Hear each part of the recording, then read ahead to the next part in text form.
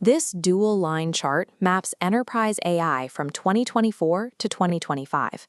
The top line shows the exponential scaling of multi-agent system capabilities. But watch the bottom line. Executive trust in those systems plummets from 43% down to 22%. First, strict identity verification protocols to know exactly which agent is operating on the network.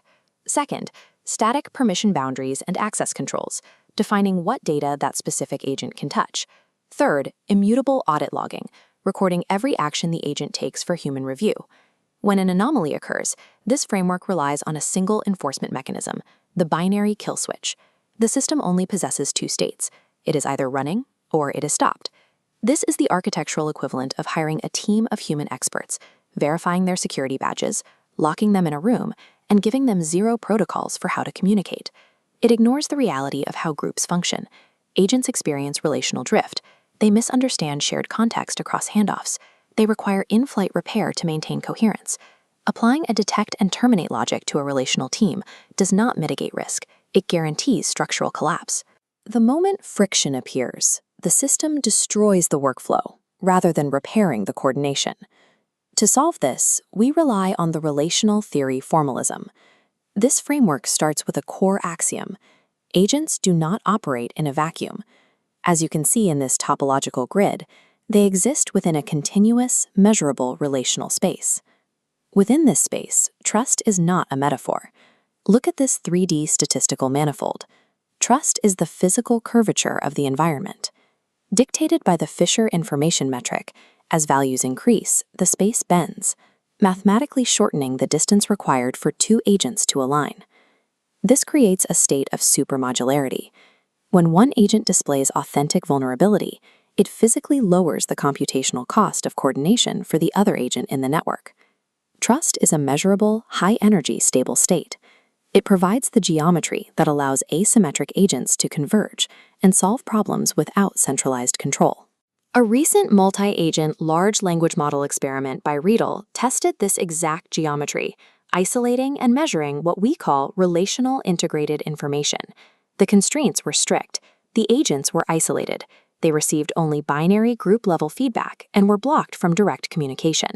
In the first condition, researchers applied no relational design. All agents reacted identically to the shared environment. Here is the result mapped onto a node cluster graph. The agents exhibit perfectly correlated unison, but they remain structurally distant. They oscillate together, achieving only a 40% success rate on the task. In the second condition, the agents were given distinct identities, mathematically forcing them into specialized behavioral roles. Watch the graph space now. The distinct nodes repel each other. This identity-linked differentiation pushed task success to 55%. In the final condition, researchers introduced a theory of mind prompt. They injected a shared goal prior into them's distinct identities. The previously distant nodes instantly pull together into a unified geometric ring. This true synergistic complementarity yielded a 60% success rate. Genuine multi-agent coordination requires both distinct role synergy and shared goal redundancy. The we is a measurable data signature. There is a structural danger here, the false we. When researchers ran the same prompts through smaller models like Llama 3.18b, the outputs mimicked relational awareness. The text looked cooperative, but mathematically, the system registered pure noise. Scaling these systems blindly exacerbates the damage. Adding more agents without a foundational relational architecture actively degrades task performance by approximately 8% per node. We see this identical architectural imperative in biology. Fungal mycelial networks operate without centralized brains, computing complex coordination entirely relationally. Watch this microscopic video of a biological network recovering. After suffering physical damage, the repair trajectories of these filaments perfectly track the exact same geodesic paths dictated by the Fisher information metric. If nature relies on this geometric curvature to optimize survival and repair damage, artificial systems must adopt the identical mathematical architecture to safely scale.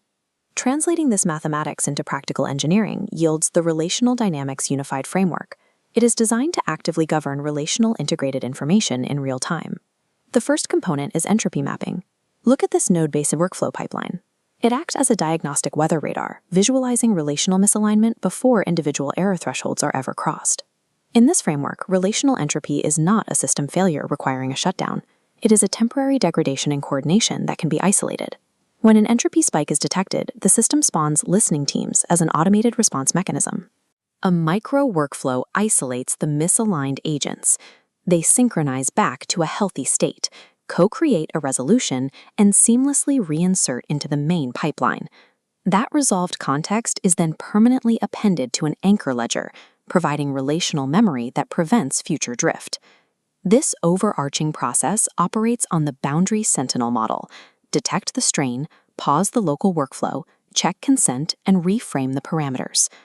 Building systems capable of in-flight relational repair renders the destructive binary kill switch functionally obsolete.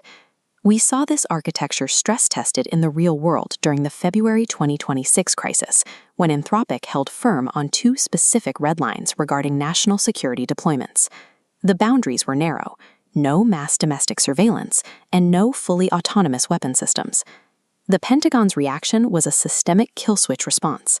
The inflexible, centralized authority immediately demanded strict compliance and issued a severe supply chain blacklisting. Anthropic responded by acting as a boundary sentinel.